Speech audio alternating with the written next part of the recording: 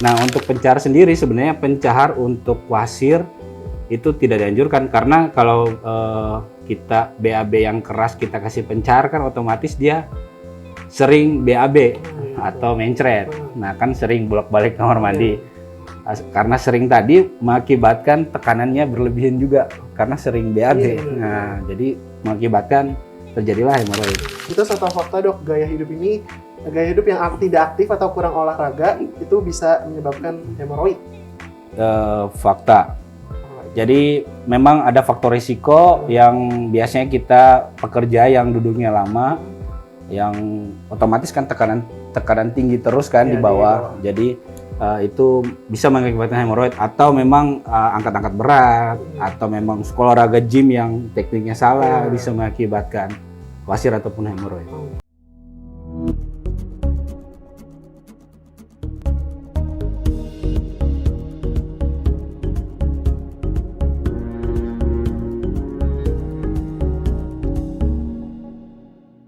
Halo Sobat Lira, kembali lagi di Lira Podcast. Kali ini kita akan bahas tentang hemoroid bersama Dr. Tri dari Spesialis Bedah. Silakan dok. Oke, saya Dr. Tri, dokter spesialis bedah umum di Rumah Sakit Lira Medika Karawang. Ya, oke dok. Mungkin kita sekarang bahas dulu dok, apa sih itu hemoroid gitu ya? Oke. Mungkin ada beberapa orang yang belum tahu ya.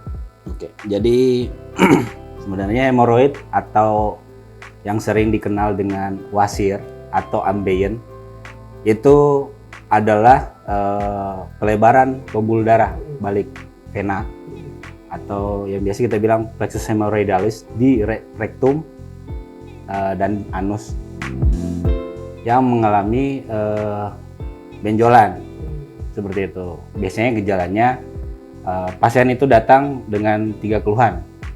Adanya benjolan di rektum atau dubur, kemudian disertai dengan BAB yang berdarah. Berdarahnya menetes setelah habis BAB atau defekasi, kemudian disertai dengan adanya nyeri, rasa nyeri. Oke. Tapi dok, seberapa umum sih kasus wasir ini dialami oleh manusia atau di Indonesia ini? Oke, di Indonesia angka prevalensinya lebih dari 20%. 20-50% di Indonesia sendiri karena memang berkaitan dengan lifestyle atau pola hidup. Pola makan, pola olahraga. Oh gitu. Nah, biasanya apa sih faktor yang paling tinggi gitu yang bisa menyebabkan si hemoroid ini terjadi gitu? Paling sering akibat pola makan atau pola makan yang rendah serat. Jadi si BAB-nya menjadi keras. Karena BAB menjadi keras, otomatis daya ngejan atau mengedan menjadi meningkat. Mengakibatkan tekanan di bagian dubur atau rektum itu meningkat, menyebabkan penekanan pembuluh darah balik tadi menjadi pembengkakan seperti itu. Oke. Tapi aku pernah dengar juga nih dok, akibat mengedan itu kan mungkin kita bisa atasi misalnya lagi dengan obat-obat pelancar metabolisme ini pencernaan gitu. Itu gimana dok? Apakah bisa Sebenarnya sebenarnya kita tahu dulu pembagian hemoroid. Hemoroid dibagi menjadi 2 bagian.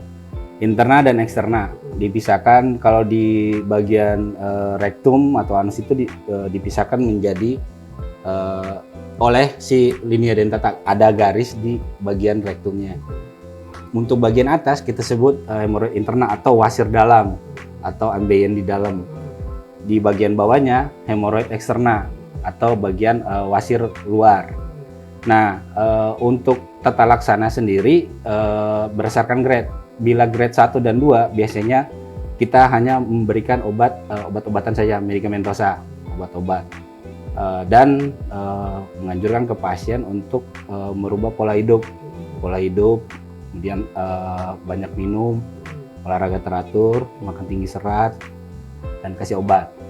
Tapi untuk grade 3 dan 4 itu udah masuk kriteria atau indikasi untuk dilakukan tindakan operasi seperti itu. Nah, untuk pencahar sendiri sebenarnya pencahar untuk wasir itu tidak dianjurkan karena kalau kita BAB yang keras kita kasih pencahar kan otomatis dia sering BAB atau mencret. Nah, kan sering bolak-balik kamar mandi.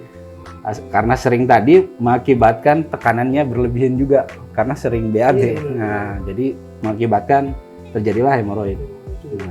Oke dok, tadi kan ada grade-grade gitu dok. Itu diagnosanya gimana sih dok? Kalau diagnosa biasanya untuk grade 1 biasanya pasiennya itu datang dengan keluhan BAB berdarah tanpa nyeri, tanpa ada benjolan. Nah, untuk grade 2 BAB-nya berdarah, ada benjolan yang keluar setelah BAB, kemudian namun bisa masuk sendiri. Oke. Dia reduksi spontan namanya. Nah, untuk grade 3 itu BAB darah disertai dengan adanya benjolan yang keluar, tapi tidak bisa masuk sendiri, harus dibantu dengan jari tangan penderita. Nah, untuk grade 4 itu disertai BAB berdarah, benjolan yang keluar tidak bisa masuk lagi, dicoba pakai tangan juga tidak bisa masuk. Dan biasanya disertai dengan adanya nyeri. Wah, cukup ini juga ya. Iya, cukup kompleks ya. Tapi mungkin ada beberapa kasus yang mungkin harus segera dilarikan ke rumah sakit tuh, apa sih yang perlu diwaspadai gitu? Oke. Yang perlu diwaspadai itu tadi BAB berdarah. Kalau berdarahnya terus-menerus kan bisa menyebabkan anemia atau kekurangan sel darah merah dalam tubuh. Nah, itu pasien bisa shock. Kemudian biasanya pasien saya yang datang ke poli itu disertai dengan ada benjolan dan disertai dengan ada nyeri. Jadi pas dia duduk sakit, aktivitas yang lain juga mengeluh nyeri dan ada benjolan. Selain nyeri selain nyeri itu ada gejala-gejala lain nggak sih dok? Misalnya gatal atau apa gitu? Biasanya disertai hemoroid yang eksternal tuh bisa juga mengakibatkan pruritus atau gatal. Itu pada grade 4. Karena benjolannya cukup besar ya. Dan berlangsungnya biasanya cukup lama, kronis. Oke. Mungkin dari tadi kan diagnosanya udah kita tahu gitu ya. Ya. Mungkin sekarang kita coba ke pengobatannya. Nah, oke. Mungkin bisa dijelaskan dok, apa sih yang bisa kita lakukan nih di Rumah Sakit Lira Medica? Oke, di Lira sendiri untuk terapi sedang dikembangkan terapi hemoroid laser hemoroidoplasti LHP. Itu tindakan minimal invasif dengan menggunakan alat laser dengan tujuan untuk mengempeskan si pembuluh darah balik tadi vena tadi, tanpa memotong si bantalan atau mukosa dari si rektum. Nah, jadi untuk pasca operasinya juga lebih singkat, perawatan di rumah sakit lebih singkat, dan nyeri juga minimal. Kalau dari durasinya sendiri itu proses pengerjaan itu berapa lama sih dok? Terus juga pemulihannya juga berapa sih durasinya? Kalau operasi intraoperasi itu biasanya 15 sampai 20 menit. Oh, cukup cepat ya? Cukup cepat. Dan juga pemulihannya juga jauh lebih cepat ya? Iya, jauh lebih cepat karena tidak memotong dinding daripada si rektum. Tindakan minimal invasif itu tadi. Iya. Oke dok, ini mungkin aku ada beberapa mitos dan fakta dok terkait Iya, hemoroid. mitos dan fakta. Ini pertama dari gaya hidup dok, mitos atau fakta dok? Gaya hidup yang tidak aktif atau kurang olahraga itu bisa menyebabkan hemoroid. Fakta. Jadi memang ada faktor risiko yang biasanya kita pekerja yang duduknya lama, yang otomatis kan tekanan tinggi terus kan di bawah. Jadi itu bisa mengakibatkan hemoroid, atau memang angkat-angkat berat, atau memang sekolah olahraga gym yang tekniknya salah bisa mengakibatkan wasir ataupun hemoroid. Oke, berarti walaupun beraktivitas pun perlu ada gerak teknik khusus juga gitu ya. Betul. Yang meminimalisir tekanan di bawah sana, ya betul. Ini kedua dok, ada sering mengejan atau duduk terlalu lama di toilet dapat menyebabkan hemoroid. Tadi kan udah disebutkan ya. Tapi duduk terlalu lama juga menyebabkan bisa juga duduk lama juga. Iya. Jadi memang duduk lama tuh kita tidak bisa menghindari karena memang pekerjaan ya. Iya. Cuman solusinya ya diselingin lah berdiri atau gitu stretching ringan gitu. Untuk ringan mobilisasi badan biar bergerak. Oke dok. Ini dok, ada mengkonsumsi makanan pedas tadi udah benar ya dok ya, bisa menyebabkan juga. Terus diet rendah serat juga bisa ya. Kopi juga. Kopi juga ya. Karena kan alkohol, alkohol kopi itu bikin konsistensi dari fesesnya jadi keras. Makin butuh tekanan yang lebih besar. Iya kan kita ngedan. Oke. Gitu. Dari usia dok, nih mitos atau fakta hemoroid itu biasanya hanya terjadi pada orang tua. Gitu. Orang tua, mitos. Anak muda juga bisa. Anak muda bisa juga ya. Remaja muda, dewasa muda juga bisa. Karena tergantung pola hidup. Ya. Ya, pola hidup, pola makan. I see. Ini sekarang terkait kondisi khusus dok. Ya. Hemoroid ini lebih umum terjadi pada wanita hamil. Iya, betul. Fakta. Karena memang pada usia hamil itu memang metabolisme ibu hamil beda ya sama yang lain. Jadi memang banyak tekanan di perut. Gitu. Jadi apalagi persalinan nanti. Nah, dia mengedan. Gitu persalinan spontan maksudnya. Bukan sesar ya. Kalau sesar kan nggak ada ngedan. Iya. Oke dok, mungkin aku pengen tanya selama dokter menjalani profesi sebagai dokter spesialis bedah, itu ada kasus-kasus yang menarik nggak? Apa yang paling ekstrim gitu yang ada di Lira? Ya ekstrim memang karena hemoroidnya besar ya, wasirnya terlalu besar, udem juga, udem itu pembengkakan yang hebat di seluruh lubang daripada si rektumnya, si duburnya. Itu memang susah ya, itu perlu teknik yang hati-hati dan cermat gitu untuk tata laksana itu. Karena memang pos untuk konvensional sendiri tindakannya memang ini sangat sakit operasinya. Karena kan memang habis operasi kan pasien tuh pasti kan BAB. Betul. Dan BAB-nya kalau ada luka di bawah, BAB-nya kena luka pasti sakit. Gitu. Jadi memang untuk perawatan lukanya harus cermat, harus higienis gitu. Jadi biasanya dianjurkan untuk habis operasi itu direndam. Di bak gitu kali ya? Di bak dicampur dengan larutan steril, biasanya merek ya Dettol gitu ya atau cairan VK 5-10 menit. Untuk itu tadi menghindari infeksi luka operasi. Bisa steril terus gitu steril. Ya betul, steril.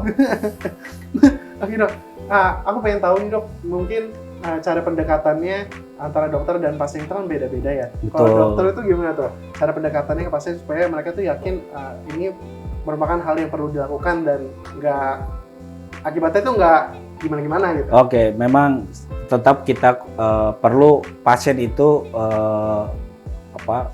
berobat ya ke dokter atau konsultasi ke dokter untuk penyakit wasir atau hemoroidnya. Nggak semua hemoroid, dan tadi balik lagi, nggak semua hemoroid atau wasir perlu dilakukan tindakan operasi. Nah, untuk tadi yang grade 3 dan 4 aja. Kalau untuk 1-2 memang kita kasih obat, medikamentosa, dan perubahan pola hidup. Nah, itu aja. Untuk di Lira sendiri memang tadi kita lagi kembangin untuk LHP, laser hemoroidoplasty. Nah, itu minimal invasif, tindakan biasanya nyerinya minimal dan penyembuhan biasanya cepat. Gitu. Tekniknya sebenarnya banyak, ada stapler, ada injeksi, ada rubber band ligation. Yang tergantung mau pakai yang mana. Oke, yang penting tuh segera dikonsultasikan ke dokter gitu ya, jadi supaya tidak makin parah gitu. Sakitnya, betul. Oke, mungkin aku pengen tanya dampaknya dok. Oh, dampaknya. Mungkin kalau misalkan terlalu lama didiamkan itu bisa menyebabkan apa? Komplikasi biasanya prolapsnya sangat hebat, perdarahan terus menerus, dan tadi shock, pasien bisa shock ke arah, kan ada emergensi ya, jadi perdarahan terus-terusan. Biasanya pasien shock dan mengancam jiwa, itu untuk proses emergensi. Atau juga memang nyeri yang hebat karena kejepit di bawah itu selain pembuluh darah ada saraf. Jadi sakit banget. Biasanya dia langsung ke dokter karena sakitnya nggak nyaman, duduk juga sakit karena si benjolannya yang semakin besar gitu. Komplikasi lain mungkin kematian jaringan karena kejepit terus, jadi berwarna hitam. Nah, atau bisa juga terjadi fistula ada lubang di rektum, isinya nanah. Gitu. Betul. bisa semakin parah ya dok. Makin parah kalau dibiarkan. Iya, mungkin bisa disegerakan saja, mungkin ada tanda-tanda yang tadi dokter jelaskan, bisa langsung aja konsultasikan ke dokter gitu ya dok. Iya. Oke, mungkin ada hal lain yang mau disampaikan dok kepada pasien? Oke, untuk sahabat Lira, kalau memang ada keluhan benjolan disertai dengan BAB yang berdarah menetes setelah BAB, kemudian nyeri pada benjolan di bagian dubur, itu segera konsultasikan ke dokter spesialis bedah Rumah Sakit Lira Medica untuk mendapat terapi atau treatment yang tepat. Bisa kontak aja di bawah sini. Oke, atau kunjungi aja website liramedica.com. Oke, terima kasih banyak dok atas waktunya. Sama-sama. Semoga kita bisa diskusi lagi tentang materi lainnya gitu ya. Ya, semoga bermanfaat. Oke, thank you sahabat Lira. Dah.